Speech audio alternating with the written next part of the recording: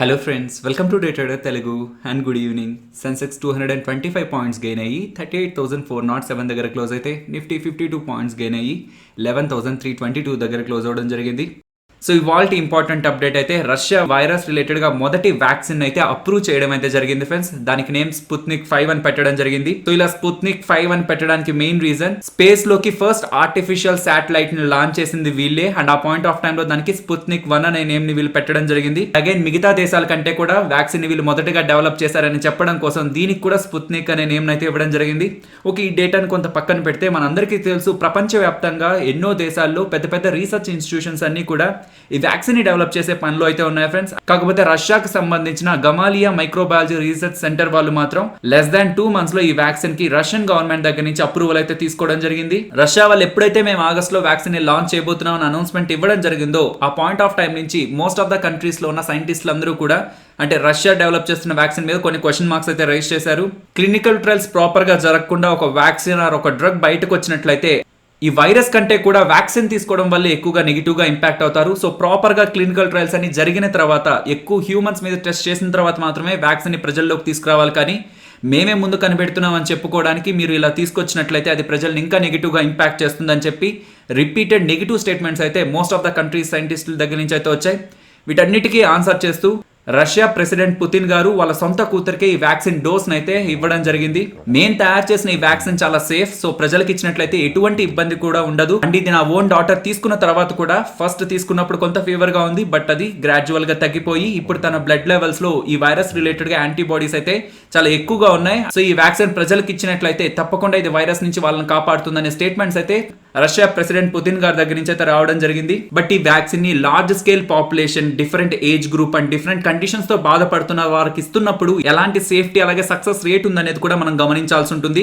Russia వాళ్ళు తీసుకొస్తున్న ఈ వ్యాక్సిన్ చాలా సక్సెస్ఫుల్ గా వైరస్ ని అడ్డుకునే ప్రయత్నం చేసినట్లయితే ఈ వైరస్ క్రియేట్ చేసిన ఇంపాక్ట్ ని మళ్ళీ నార్మల్ కి తీసుకువెళ్లే ప్రయత్నం చేస్తే స్టాక్ మార్కెట్ లో ఏ సెక్టార్ కి సంబంధించిన కంపెనీస్ మీద ఎలాంటి ఇంపాక్ట్ ఉంటుంది అనేది మాట్లాడుకుందాం ఫ్రెండ్స్. ఇప్పుడు నేను చెప్పబోతున్నది లాంగ్ టర్మ్ ఇంపాక్ట్ అనమాట. సో ఇమీడియట్ గా నెక్స్ట్ కమింగ్ డేస్ లోని ఈ షేర్లు పెరిగిపోతాయి, ఈ షేర్లు తగ్గిపోతాయి, సో ఈ షేర్స్ బై చేసేయండి, ఈ షేర్స్ సెల్ చేసేయండి అని చెప్పడం నా ఉద్దేశం కాదు. ఈ వైరస్ స్టార్ట్ అయినప్పుడు స్టాక్ మార్కెట్ లో ఉన్న ఏ సెక్టార్స్ పాజిటివ్ గా ఇంపాక్ట్ అయ్యాయి అలాగే నెగిటివ్ గా ఇంపాక్ట్ అయ్యాయి. ఇఫ్ బై ఛాన్స్ రష్యా వాళ్ళు తీసుకొస్తున్న ఈ వ్యాక్సిన్ సక్సెస్ఫుల్ గా మొత్తం మాస్ పాపులేషన్ ని కూడా వైరస్ నుంచి కాపాడగలిగినట్లయితే ఈ సెక్టార్స్ కి ఎలాంటి ఇంపాక్ట్ ఉంటుంది దాని గురించి మాట్లాడుకునే ప్రయత్నం చేద్దాం. సో స్టాక్ మార్కెట్ గురించి మాట్లాడుకునే ముందు గోల్డ్ అలాగే సిల్వర్ ప్రైజెస్ గురించి మాట్లాడుకోవాలి ఫ్రెండ్స్. సో ఈ రీసెంట్ టైమ్స్ లో గోల్డ్ ప్రైజెస్ ఎందుకు పెరుగుతున్నాయని చేసిన వీడియోలో నేను మీకు క్లియర్ గా చెప్పాను.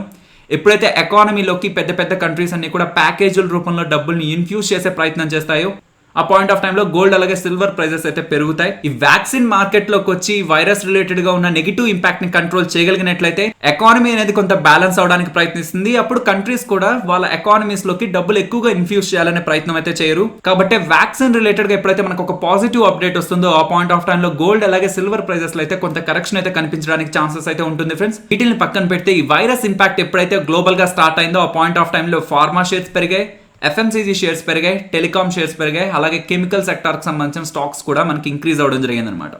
సో కెమికల్ సెక్టార్కి సంబంధించిన స్టాక్స్ ఎందుకు ఇంక్రీజ్ అయ్యాయి?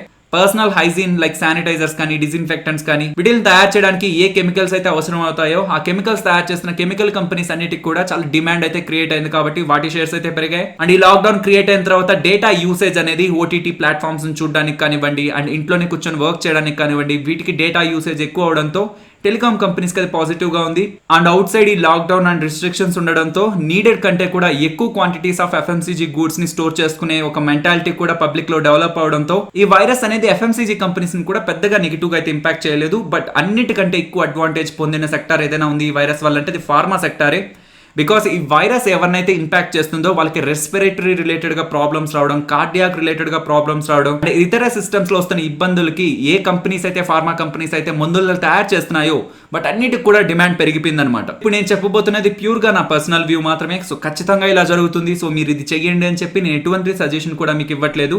ఈ వైరస్ ఈవెంట్ వల్ల ఏ షేర్స్ అయితే ఎఫ్ఎంసీజీ షేర్స్ అలాగే టెలికామ్ షేర్స్ గెయిన్ అయ్యాయో ఈవెన్ ఈ వైరస్ క్లియర్ అయినా సరే వీటి షేర్స్ మీద ఎక్కువ నెగిటివ్ ఇంపాక్ట్ ఉంటుందని నేనైతే అనుకోవట్లేదు ఫ్రెండ్స్. కాకపోతే ఫార్మా కంపెనీస్ అలాగే కెమికల్ కంపెనీస్ మీద అయితే ఇంపాక్ట్ ఉంటుంది అనుకుంటున్నాను. బికాస్ జనరల్ టైమ్స్ లో యూజ్ చేసే డ్రగ్స్ కంటే కూడా ఈ వైరస్ ఇంపాక్ట్ స్టార్ట్ అయిన తర్వాత డ్రగ్స్ కి మంచి డిమాండ్ అయితే క్రియేట్ అయింది. సో ఎప్పుడైతే వ్యాక్సిన్ మార్కెట్ లోకి అందరికీ అవైలబిలిటీలోకి వస్తుందో, సో ఈ వైరస్ వల్ల ఇంపాక్ట్ అవుతున్న వాళ్ళ సంఖ్య తగ్గిపోతూ ఉంటుందో, ఆ పాయింట్ ఆఫ్ టైమ్ లో ఈ ఫార్మా కంపెనీస్ తయారు చేస్తున్న మందులకు కూడా కొంత డిమాండ్ అయితే తగ్గుతుంది. సో ఈ వర్డ్ గుర్తు పెట్టుకోవాలి, కొంత మాత్రమే డిమాండ్ తగ్గుతుంది. ఫార్మా అనేది ever green industry. So pharma shares లో అయితే మనం కొంత కరెక్షన్ అయితే విత్ టైం ఎక్స్పెక్ట్ చేయొచ్చు ఫ్రెండ్స్. సో వ్యాక్సిన్ రిలేటెడ్ గా కమింగ్ డేస్ లో కూడా కొన్ని రిపీటెడ్ పాజిటివ్ అప్డేట్స్ వస్తూ ఉంటే వాటిల్లో కూడా మనకు కొంత కరెక్షన్ అయితే కనిపిస్తుంది. సో నా సజెషన్ అయితే ఫార్మా షేర్స్ లో ఎవరైతే ఇన్వాల్వ్ అవ్వాలనుకున్నారో, సో వెయిట్ చేస్తూ ఉన్నారో, ఇక రీసెంట్ టైమ్స్ లో ఈ వ్యాక్సిన్ రిలేటెడ్ గా వచ్చే అప్డేట్స్ తో ఫార్మా షేర్స్ లో మీకు కరెక్షన్ కనిపిస్తూ ఉంటే అది మీరు ఇన్వాల్వ్ అవ్వడానికి దొరుకుతున్న ఆపర్చునిటీ లాగా చూస్తూ ఒకే లెవెల్లో ఎక్కువగా బల్క్ గా పర్చేస్ చేయకుండా లోయర్ లెవెల్స్ లో కొంత క్వాంటిటీ అయితే యాడ్ చేసుకుంటూ వెళ్ళండి. అండ్ కెమికల్ కంపెనీస్ ఏవైతే స్పెషల్లీ శానిటైజర్స్ మీదే డిపెండ్ అయి ఉంటాయో, ఇఫ్ ఇన్ కేస్ ఈ వ్యాక్సిన్ సక్సెస్ఫుల్ గా వైరస్ ని అడ్డుకోగలిగినట్లయితే డెఫినెట్లీ వీటి రిలేటెడ్ గా అయితే మిగతా వాటితో కంపేర్ చేస్తే ఎక్కువ నెగిటివ్ ఇంపాక్ట్ అయితే ఉంటుంది. ఈ వైరస్ ఈవెంట్ స్టార్ట్ అయిన తర్వాత అన్ని సెక్టార్స్ నెగిటివ్ గానే ఇంపాక్ట్ అయ్యాయి. మోస్ట్లీ అన్ని సెక్టార్స్ నెగిటివ్ గా ఇంపాక్ట్ అయ్యాయి. కాకపోతే రికవరీ కొన్ని సెక్టార్స్ లో చాలా స్పీడ్ గా కనిపించింది. అండ్ ఈవెన్ ఫైనాన్షియల్ సెగ్మెంట్ లో కూడా మనకి రికవరీ కనిపించింది. కాకపోతే ట్రావెల్ అలాగే టూరిజం లో మనకి పెద్దగా రికవరీ అయితే కనిపించలేదు.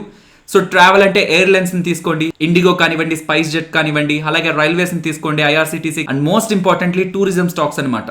సో లైక్ హోటల్ కానివ్వండి, రిసార్ట్ బిజినెస్ కానివ్వండి, అండ్ బయట ఇతర దేశాలకు వెళ్ళి ట్రిప్స్ ని ప్లాన్ చేసే కంపెనీస్ అండ్ టికెట్స్ ని బుక్ చేసే కంపెనీస్, వీటన్నిటి మీద కూడా చాలా స్ట్రాంగ్ నెగిటివ్ ఇంపాక్ట్ అయితే పడింది. ఈ వైరస్ రిలేటెడ్ గా అన్సర్టనిటీ కంటిన్యూ అవుతున్నంత వరకు కూడా ఈ స్టాక్స్ రిలేటెడ్ గా నెగిటివిటీ అయితే కంటిన్యూ అవుతూనే వెళ్తూ ఉంటుంది. కాకపోతే రష్యా వాళ్ళు ఈ వ్యాక్సిన్ అనౌన్స్ చేశారు కాబట్టి ఈ వైరస్ చేసిన ఈ డ్యామేజ్ అండ్ ఈ నెగిటివ్ అన్సర్టనిటీ అంతా కూడా మళ్ళీ నార్మల్ అవడానికి ప్రయత్నించినట్లయితే వీటిల్లో మనం కొంత పాజిటివ్ అయితే ఎక్స్పెక్ట్ చేయొచ్చు. అండ్ వీటితో పాటు స్పెషల్లీ పీవీఆర్ కానివ్వండి, ఐనాక్స్ కానివ్వండి, వీటిల్లో కూడా మనం కొంత పాజిటివ్ అయితే ఎక్స్పెక్ట్ చేయొచ్చు ఫ్రెండ్స్.